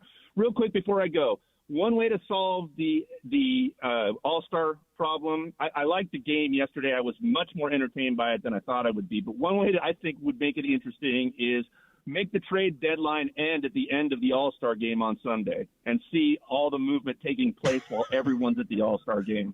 Here's the only – okay, Hooper's X, I appreciate the call. And on a sick, perverted black comedy level, I love that.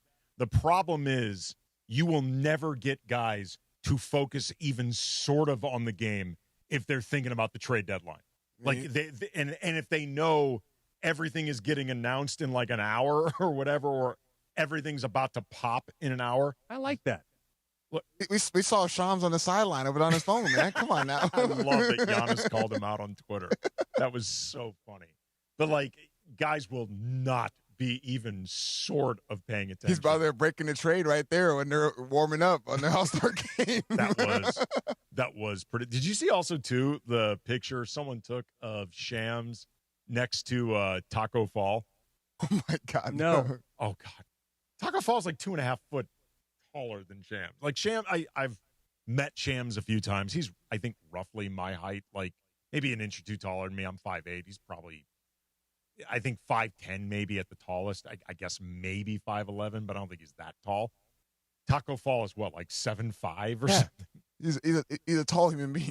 Yes, he is. He is a large man. So, okay, DeAndre, how would you address this? Because, again, I agree with you, the optics are not great, but I think it's hard to deny the position some of these teams are in, and this is how they kind of have to operate. How would you try to alleviate it? I feel like,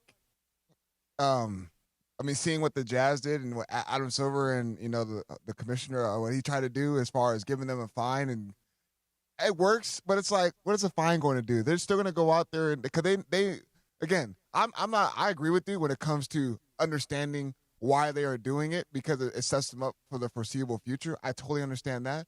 But the idea of the tournament and how that, if it's organized and structured the right way, I do believe that could work because then you're actually playing for a lottery and guys are going to have to do one thing and they're going to have to go out there and play. So I think that would be really Here's the only problem, though, with it, because I agree, the idea, you're talking about a tournament to determine the number one pick. Correct.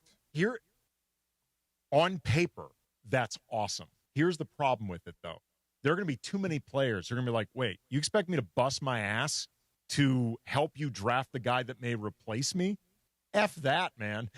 I'm not doing that. So then it would look into that aspect like, oh, okay, well, if they're not going to go out there and play in that tournament because they don't want no one to take their spot or someone that could potentially be in that same position as them, that gives them more of a reason to play better throughout the spurt of the regular season and not fall into position to be in a lottery. Yeah, you could look at it as some of these players wanting to show out and wanting to try to prove their worth. The problem is, though, you got to be really, really good in order to prove to a team that you mean more than a potential, like, top 5 pick. Like, let's just take someone like Rui. Like, Rui's a good player. Like, Rui is a good NBA player. I think he's somewhere, like, in the upper third of the league, probably, like, around top 150 or higher. It's a good NBA player.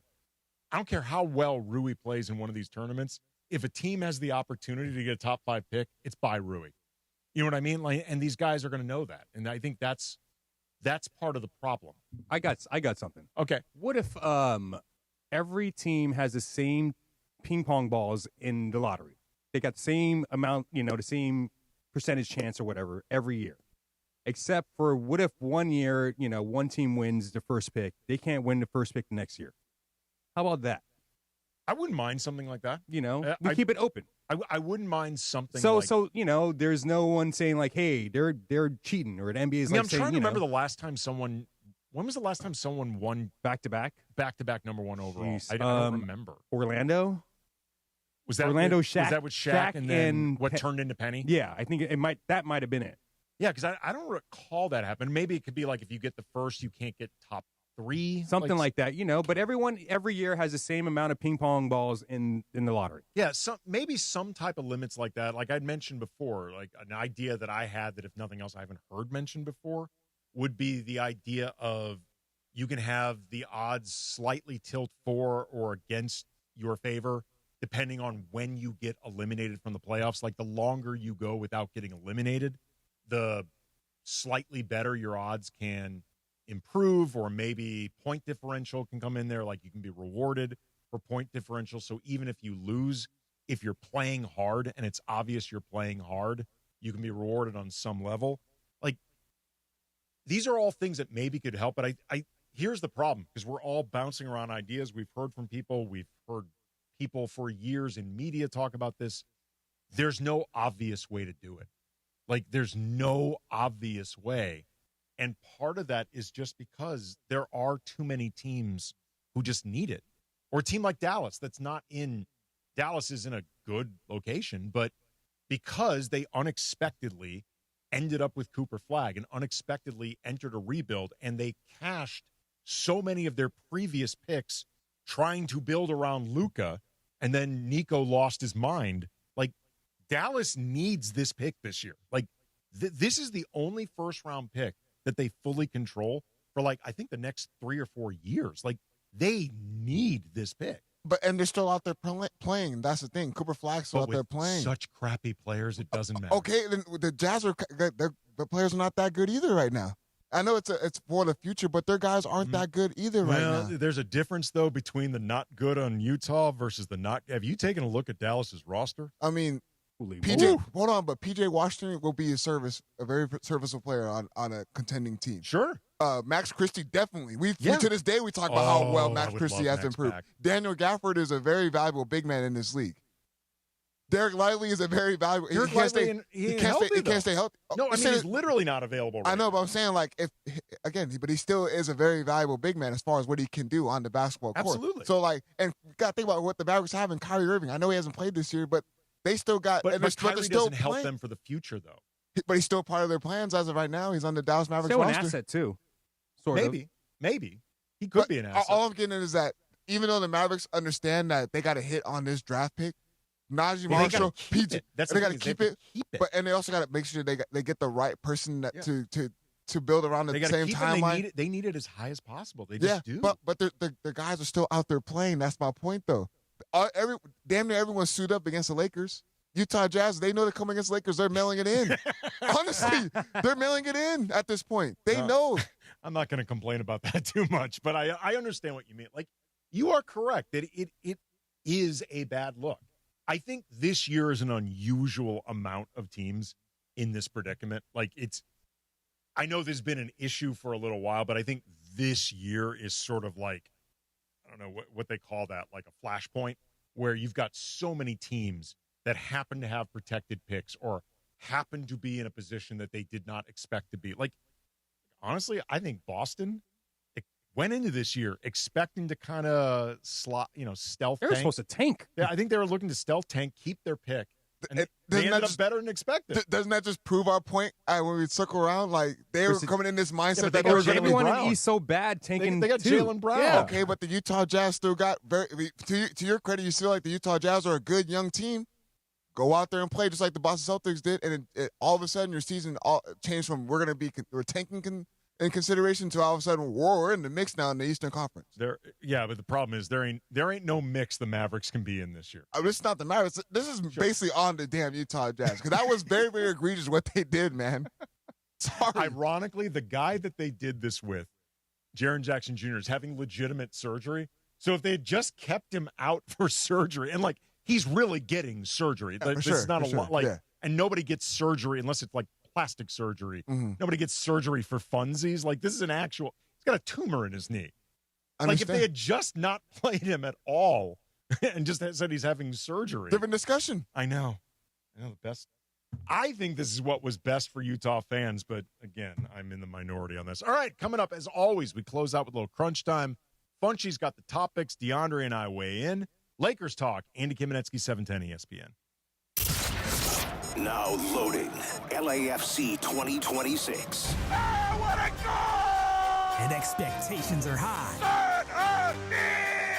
MLS Cup, CONCACAF Champions Cup, Leagues Cup. Hey, this is Son Heung-min. ESPN LA is black and gold. Every trophy, every match, every moment matters. It is Denis Bouanga, Los Angeles Football Club. The black and gold are coming for it all. LAFC 2026. Loading now on ESPN LA.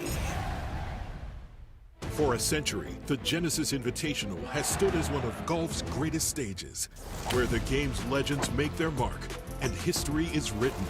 It's official.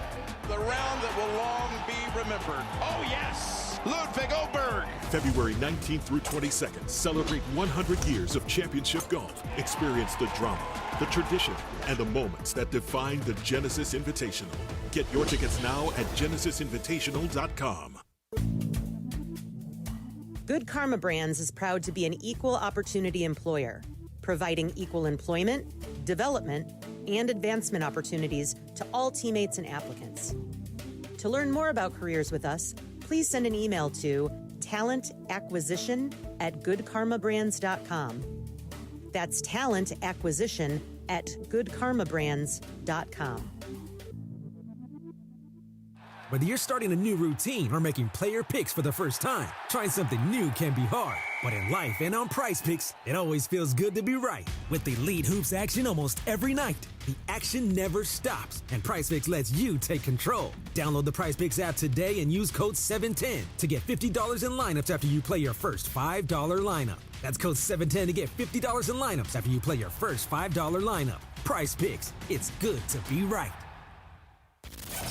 It's crunch time on Lakers Talk. When the clock is ticking and it's all coming down to the wire, you know what that means. This is crunch time. All right, we close out Lakers Talk with a little crunch time. Funchy's got some topics. DeAndre and I are going to weigh in. What you got for us there, Funchy? All right, we talked about it last time on Lakers Talk, how Damian Lillard will be, entering the three-point contest, and he damn near won it. He won it. He didn't damn near win it. He actually did win it. I know, he won it. What the hell's going on here? He hasn't played all year. First time since Craig Hodges did it in 1993, I believe, that no guy played no minutes in the NBA and then won the three-point contest. Well, I guess if nothing else, what we learned is you can rehab a torn, a torn Achilles? Yeah, torn Achilles. You can rehab a torn Achilles while working on your shot. I'm saying he's been working on a shot throughout this whole entire season. Plus, I mean, that dude, he's always been such a great shooter. But, I mean, look, I was skeptical, like a guy like, I thought Trey Murphy would have been better in there just because Look at you hating on Damian Lillard. It's not even about hating on you. It's not even about hating on Hating on the Stars. Dame is one of my all Star effing driven town.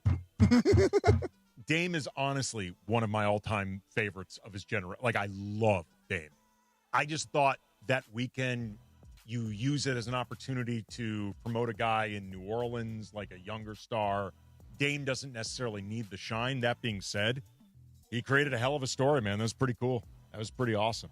He's a bad man. See, AK's hating on Damian Lillard just like how Bunches over hating on the big man that That's participated in a dunk contest. No big man. No big man. He hates big They men. don't need to be in the dunk contest, man. Seriously, they just waste the slot, man. Seriously. So you wouldn't want to see Wemby if he ever were? No. I don't know. Am I going to see something I've never seen before? I don't know. I think with Wemby, you might actually see something you've never seen before. Between his agility and size, and also he will clearly take it seriously. Like he'll like visit some Shaolin monks, asking them like, help me and visualize this. Help me reach that place of visualization where I can make it an actuality. I'd rather see someone like Nate Robinson in the dunk contest. Oh, Baby Jordan, Harold Miner. Harold Miner. That's now? right. Yes. Yes. Now, Harold Miner. Get him off his couch right now. He must be 60 something. Get him off his couch right now and let him dunk. Certainly one way to do it. He's also not 60. He's in his 50s. Yeah, I like going back. I'd rather see smaller-ish guards or a forward, a swingman. You are a reverse heightist, my friend. Yeah, I am. Do you want to see Giannis if you ever? No, I don't want to see no Giannis in a slam dunk contest, man. Star-driven town, No, right? no, he's boring, man. Boring. He's gonna be dunking from the free throw or trying to be dunking. So what's your limit to you? Like, you're like the reverse of the roller coasters. You must be this tall in order to ride the ride. You're like, you must be this short in order to enter the dunk contest. What's your cutoff point? Let's say I think you can't be taller than 6'9"-ish. Okay. 6'9", 6'10"-ish. I don't think you should be a 7-footer. How about that? Okay, but then Blake Griffin was 6'9". Yeah. Blake Griffin was 6'9". I enjoyed him in the slam dunk contest. So 6'9" is as high as you can go. That's it. In Funchie's NBA. Yes. This is as Not tall even as like 6'9" and under league. So you don't enjoy like DeAndre Jordan in that era? No, DeAndre, get out of here. Get out. He's a pretty good dunker. All right. Get out. We'll end this with this. Nikola Jokic was asked over the weekend his Mount Rushmore of international NBA legends. He went with Dirk, Manu, Hakeem Olajuwon, and Tony Parker with an honorable mention for Pau Gasol. I'm going to ask you guys, what is your Mount Rushmore international players? I mean, a lot of players. You got to have. I thought long and hard about this. Okay, I'm going to slap it. Marcelo Huertas, Jose Calderon. The catalyst. Yeah. Nah. Former Laker great Jose Calderon? Exactly. Sun Yue? Yeah. Marcelo Huertas. Nah. Dude, that guy could hustle like in Venice for the rest of his life. I know he could. I think I would. See, I didn't watch Olajuwon play, but I've heard nothing but. Get out of here. Hold on. I'm putting him on the list. I've only seen highlights, but I'll put him on the list. And then I'll definitely put Dirk in there. As far as small forward, can I add Giannis in there? You can add whatever you want. Okay, I'm putting Giannis in there, and then this was a good one for me. I put Steve Nash in there. We were talking about Steve Nash before the show. Like the lack of titles, I think, would keep him off it. But two-time MVP and incredible passer and also incredible shooter. Exactly, he was an unreal shooter, great teammate. And then I did like the Ginobili in there too. Ginobili's pretty awesome. You know what I noticed too about Jokic? He played this very politically correct in the sense that he did not include anybody from his generation. And quite frankly, we're all being honest, Jokic should be on that list. Like Nikola Jokic is on that list of great. He is on a path, I think, to go down like top 10 of all time. Like he is that good. But also, too, Wemby, when it's all said and done, could end up on that list. I know Laker fans are hoping Luka has a case on that list. The international game is great, man. I never really saw him play a lot of, but I know like Drazen Petrovic was considered by a lot of people. Petro. On that what about my boy Nene Hilario? Nene Hilario. Brazil's finest. Right. Andrew Barbosa. What about him? My list would be Dirk, Jokic, Hakeem. And I'm kind of torn between. What about Luis Scola? Oh my God. Andres Nocioni. He beat Team USA, so he might be. And Tony Parker and Giannis. I think I'm just torn between Tony Parker and Giannis. And no Fabricio Alberto. I mean, look, man, Powell's got a serious case, too. And also, let me tell you this, Tony Kukoc. Tony Kukoc invented was a great player. Yes, the point forward, basically. He invented a point forward, basically. He was kind of one of one at the time. Also, Laker Hall of Famer Vlade Divac. Yeah. I mean, Dino Raja. Dino Raja. What about Bobo? What about Andrei Kirilenko? Swiss. Well, he was the Mount Rushmore of lifestyles. Oh yeah, that's right. That is right. Can I ask or he and his wife enlighten him. Enlighten the he young and his man. wife had. I believe this is true. I believe this was confirmed by them. This is true. Yes, they had a once-a-year arrangement where once a year you had a hall pass. Yep. I've heard about this. He was like the Lou Williams of foreign-born players, like on the Mount Rushmore of lifestyle. No, wait, you're not going to throw a big Z on there? Is it Jonas Ilgauskas? You know what, man? It sucks. Foot injuries kept that guy. Like, he was really – actually, you know who could have been if he had entered the league earlier? Arvydas Sabonis. Oh, yes. He was Jokic. He was great. Like, the NBA version of him was not the version of overseas. I believe Latvia. He was awesome. Is Michael Thompson going to be mad we haven't mentioned him yet? Well, he is on the Mount Rushmore of our hearts, Michael Thompson. Also, really quick shout-out to the late, great Robert Duvall. Passed away today. Bobby D, 95 years old. Colors. One more. Danilo Gallinari. Gallo was a pretty good player, man. He was he's not Mount Rushmore, but he was a pretty good, the Rooster, he was a pretty good player. All right, thank you, as always, to the Lakers Talk audience, whether listening or whether on YouTube. Thanks to Jake Madison from Locked On NBA, Locked On Pelicans, the kids in the back with the social media. Funchy, DeAndre will be back next Monday, same time. Lakers Talk, 710 ESPN.